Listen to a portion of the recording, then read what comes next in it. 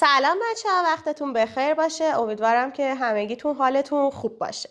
بچه توی قسمت قبل که اولین قسمت از فصل 1 دوره جامعه آکادمی پوست هلزی بود، من اومدم کامل براتون توضیح دادم که کلاً پوست چیه، چه وظایفی داره، تک به تک وظایف پوست رو با هم بررسی کردیم و درباره اهمیت پوست که چقدر برای بدن ما مهمه و اگر این پوست روی بدن ما نباشه بیشتر از چند ساعت نمیتونیم زنده بمونیم کامل براتون توضیح دادم.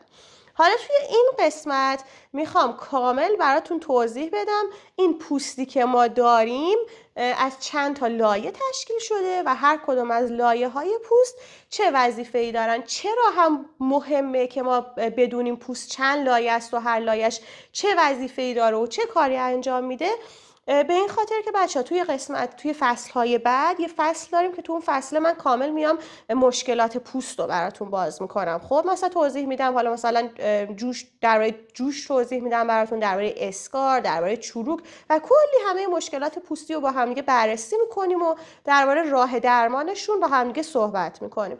شما وقتی که بدونید پوست چه لایه‌هایی داره، من تو فصل‌های بعد که هی بهتون مثلا دارم درباره مشکل خاصی صحبت میکنیم، میگم این مشکله تا فلان قسمت از مثلا لایه دوم پوست و دچار آسیب میکنه، به همین خاطره که ما نمیتونیم درمان بکنیم با تجویز روتین پوستی این مشکل رو و باید وقتی یه شخصی این مشکل رو داره ارجاعش بدیم به متخصص پوست. شما کاملا بگیرین که آها من که بلدم لایه های پوست و مطلب بعدی و متوجه بشین کاملا. و یه سری از مراجعه کننده هاتونم که با تبلیغای دروغی و خیلی اغراق‌آمیز تو فضای مجازی مواجه شدن که مثلا بیا این کرم رو بزن 20 سال جوون میشی، این محصول رو بزن نمیدونم گودی زیر چشمتو پر میکنه، میان و با شما در میون میذارن به عنوان مشاور پوستی، بتونین خیلی به زبون ساده و علمی به عنوان یه شخصی که متخصصه توی این حوزه قانعش بکنین که چرا بند خدا تو که مثلا گودی زیر چشم داری،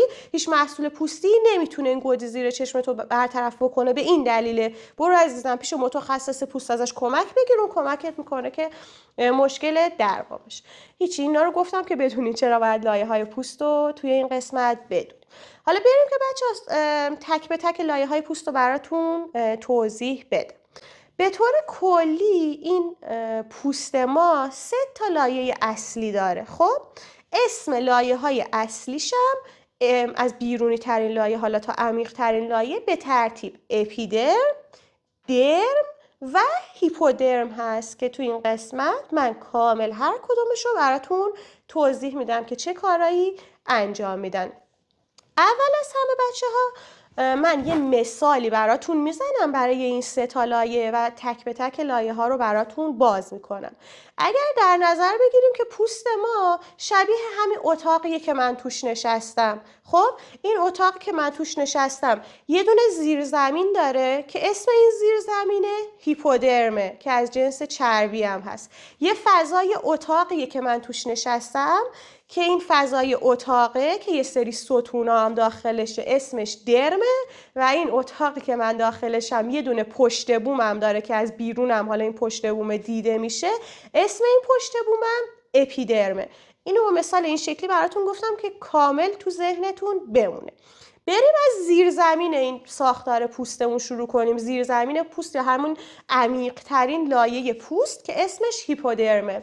هیپودرم یا همین زیرزمین پوست ما از جنس چربیه بچه. حالا چرا مهمه که ما درباره این لایه اطلاعات داشته باشیم؟ این زیرزمین پوست ما که از جنس چربی هست، اگر که از این چربی های داخلش کم بشه باعث یه سری تغییرات ظاهری روی پوست صورت ما میشه. شما فکر بکنید یه نفر مثلا یه رژیم سخت گرفته، خب رژیم که میگیرن وزن کم میکنن، دیدین صورتشون میریزه، زیر چشمشون گود میشه. این دقیقا به این خاطره که از این چربی های این لایه زیر زمین پوست ما برداشته شده، کم شده. شما فکر کنین من اینجا که نشستم از تو زیر زمین یه قسمتی خراب بشه، خب چه اتفاقی میفته؟ خب این دوتا لایه این اتاقی که روشه نشست میکنه دیگه، خب حالت گودی به خودش میگیره. دقیقاً همچین اتفاقی تو پوست میفته که وقتی یه نفر یه دفعه زیاد وزن کم میکنه، زیر چشش گود میشه یا پوستش حالت افتادگی پیدا میکنه. دوستای گلم، با روتین های پوستی ما هیچ وقت نمیتونیم دسترسی داشته باشیم به این لایه زیر زمین و هیچ ماده‌ای توی دنیا هنوز اختراع نشده، وجود نداره که شما اینو بزنی به سطح پوستت، رو این پشت بومه که اپیدرمه، اینو بزنی این بتونه بیاد بره تو زیر زمین، تو لایه هیپودرم، این چربی تولید بکنه. پس اگه یه مراجعی اومد به شما گفت که من زیر چشمام گود شده یا پوستم افتادگی شدید پیدا کرده یا مثلا وزن کم کردم صورتم لاغر شده، یه محصولی به من بده که گودی زیر چشممو پر کنه، یا یه محصولی به من بده که این افتادگی شدیدی که رو پوستم ایجاد شده رو، این افتادگی رو بیاد لیفتش بکنه، یا یه محصولی به من بده من صورتم لاغر شده که این بیاد صورت منو توپل بکنه. شما این مثال اتاق و زیر زمین رو براش میزنی و میگی عزیزم هیچ محصول پوستی نمیتونه همچین کاری برای پوست شما بکنه، این بافت چربی پوست شماست که یه قسمتی ازش برداشته شده، باید مراجعه بکنی به پزشک متخصص پوست. اگر زیر چشمت گود شده، پزشک برات فیلر میزنه، اینطوری جبران میکنه. اگر پوست دچار افتادگی شده، حالا بسته با به معاینه‌ای که پزشک انجام میده، یه سری از کارا مثل لیفت با نخ یا حتی تو موارد شدیدتر جراحی برات انجام میده. و اگر هم صورتت لاغر شده، هیچ کرمی نمیتونه بیاد صورت تو رو توپل بکنه که این بافت چربی صورتت برگرده و اینجوری شما به عنوان یه متخصص و مشاور مهربون به مراجعه کنندت توضیح میدی که گول این تبلیغا رو نخوره. خب بچه‌ها، این درباره بافت زیرزمین بود و اینم زیرزمینی همون هیپودرم پوستمون بود. این نکته هم براتون تو پرانتز بگم که کلا حالا این بافت چربی، حالا علاوه بر این فرم خوشگلی که به پوست ما میده، چه فایده ای داره؟ خب انرژی که ما میگیریم برای کارهای روزانه، برای انجام فعالیت‌های روزانه هم ما از همین بافت هیپودرم یا همین بافت چربی پوستمون میگیریم. گفتم حالا اینم تو پرانتز این نکته هم داشته باشه. میایم سراغ لایه بعدی، مثل این لایه درم که توی مثال اتاقی که براتون زدم، همین اتاقیه که من توش نشستم توی پوست. این چه کاری انجام میده؟ بچه‌ها دیدی خونه ها رو که میسازن، توی ساخت خونه ها همیشه یه سری ستون در نظر میگیرن. خب چرا این ستون ها رو در نظر میگیرن؟ آفرین، به خاطر اینکه اگه ستون نداشته باشه یه خونه، سقف خونه میریزه، نشست میکنه. این لایه درم پوستم دقیقاً همین شکله. یه سری ستونا هست توی این لایه درم پوست ما که اسم دارن، اسمشون کلاژن و الاستین هستش. من عکسش هم براتون گذاشتم. این رشته های کلاژن و الاستین دقیقاً عین ستون برای پوست ما عمل میکنن، یعنی عین ستون باعث استحکام پوست ما میشن، باعث اون حس سفتی پوست، حس ارتجاعی پوست ما میشن.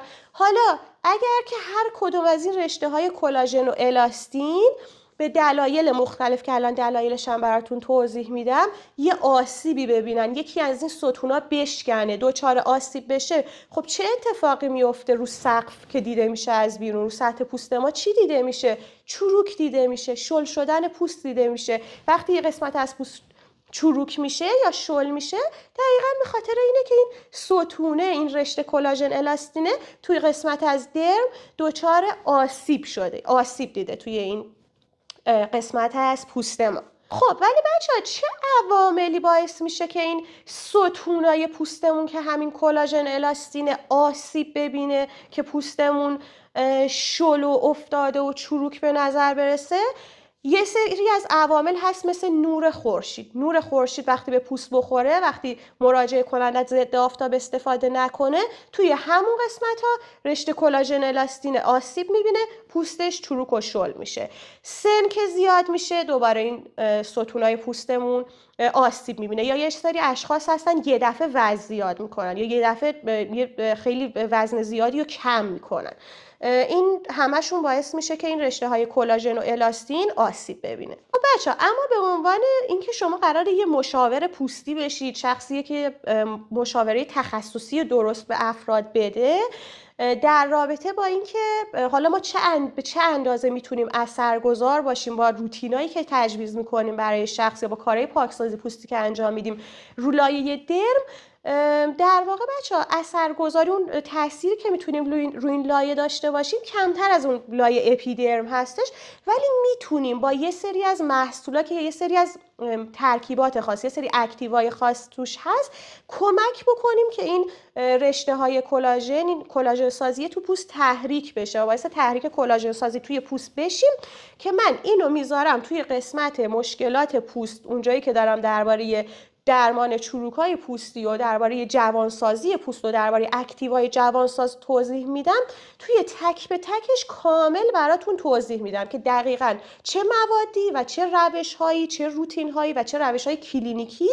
میتونه باعث این تحریک کلاژن سازی تو پوست بشه و باعث سفت شدن پوست بشه، که حالا اگه مراجعه‌ای داشتین که این موارد رو داشت، دقیق بدونین که روتین پوستیش رو تو خونه باید چی بهش تجویز بکنین و در چه صورت باید ارجاعش بدین به متخصص پوست. خیلی خوب بچه‌ها، تا الان لایه زیرزمینی یا همون هیپودرممون که پر از چربی بود و براتون توضیح دادم. بعد اومدیم سراغ لایه درم یا همون فضای اتاق که یه سری ستون‌ها به اسم کلاژن و الاستین بود و براتون توضیح دادم و میرسیم الان به قسمت پشت بوم. پشت بوم یا همون اپیدرم پوست ما، اون لایه از سطح پوسته که دیده میشه، بیرونی ترین لایه پوست، سطحی ترین لایه پوست.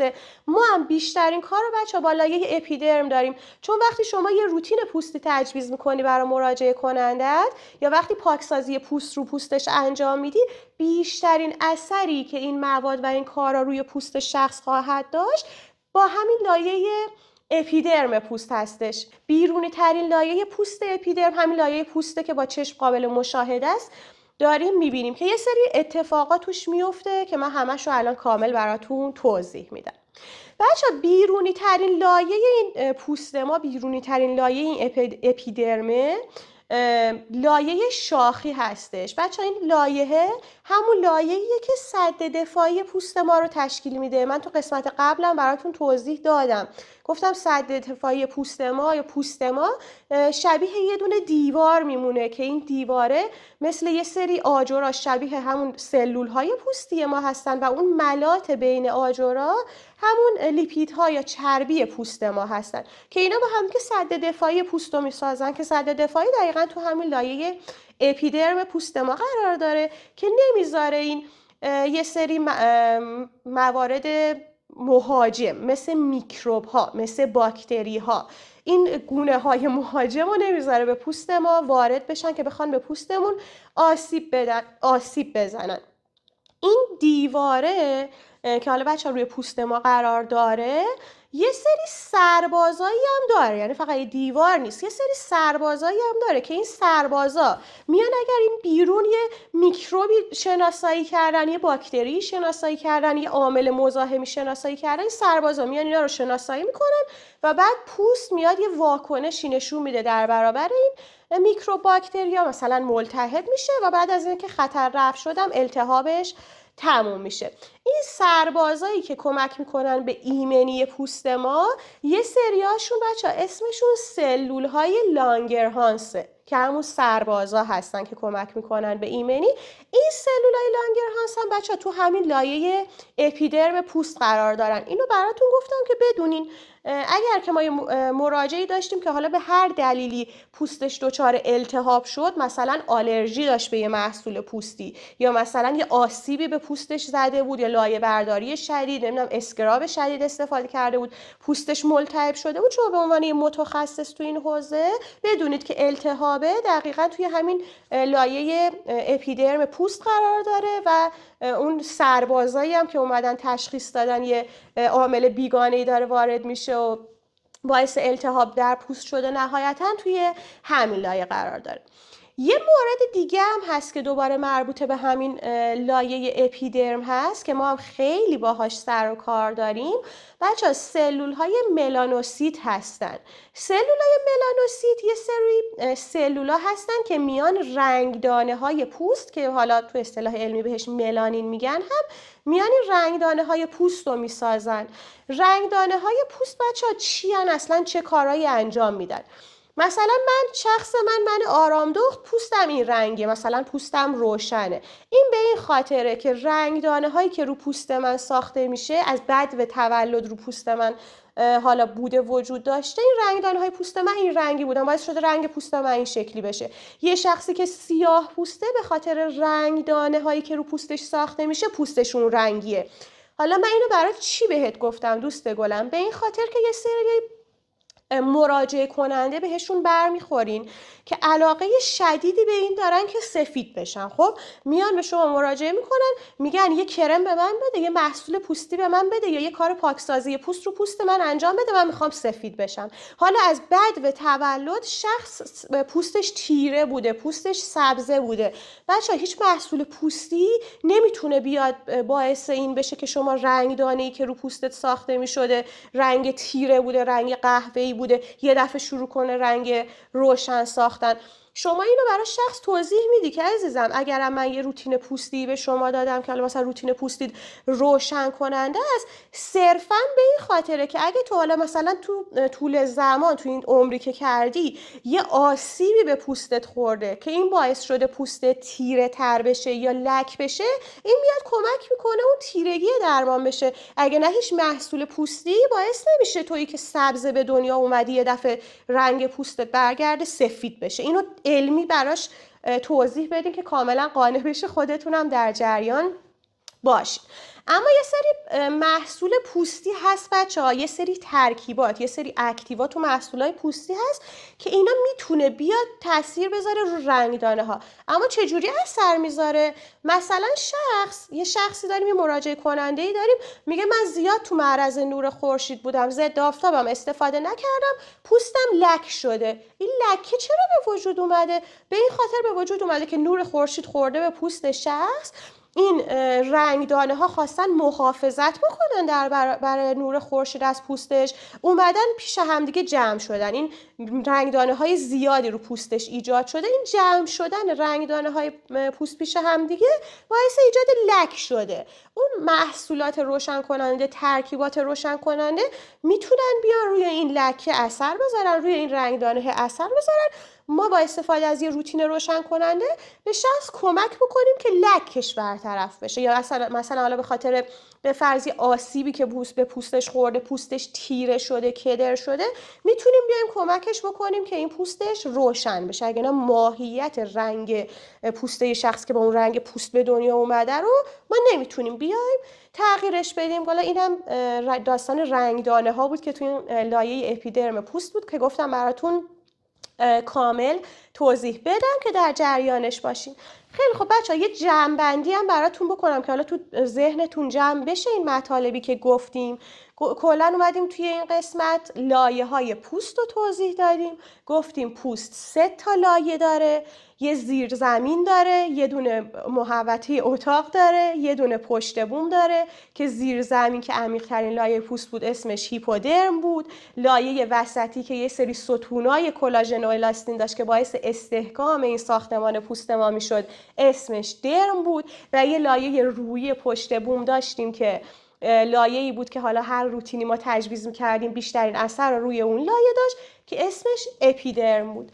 اینم حالا کلیت مطالبی بود که توی این قسمت یاد گرفتیم و براتون توضیح دادم که بچه‌ها توی همین لایه اپیدرم به موضوع سد دفاعی پوست من حالا یه اشاره خیلی کوتاهی براتون کردم و توضیح دادم.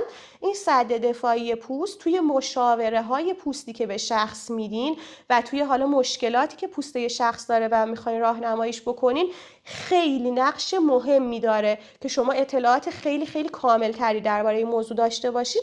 برای همین من قسمت بعدی این فصل رو کلا اختصاص دادم به توضیح درباره سد دفاعی پوست که انشالله قسمت بعدی دربارش توضیح میدم. امیدوارم مطالب این قسمت رو دوست داشته باشین. بچه‌ها گوش کنین، نکته هاشو یادداشت بکنین، هر جایی هم هر مطلبی شما متوجه نشدین برام کامنت بذارین. توی قسمت های بعدی حتما براتون کامل توضیح میدم.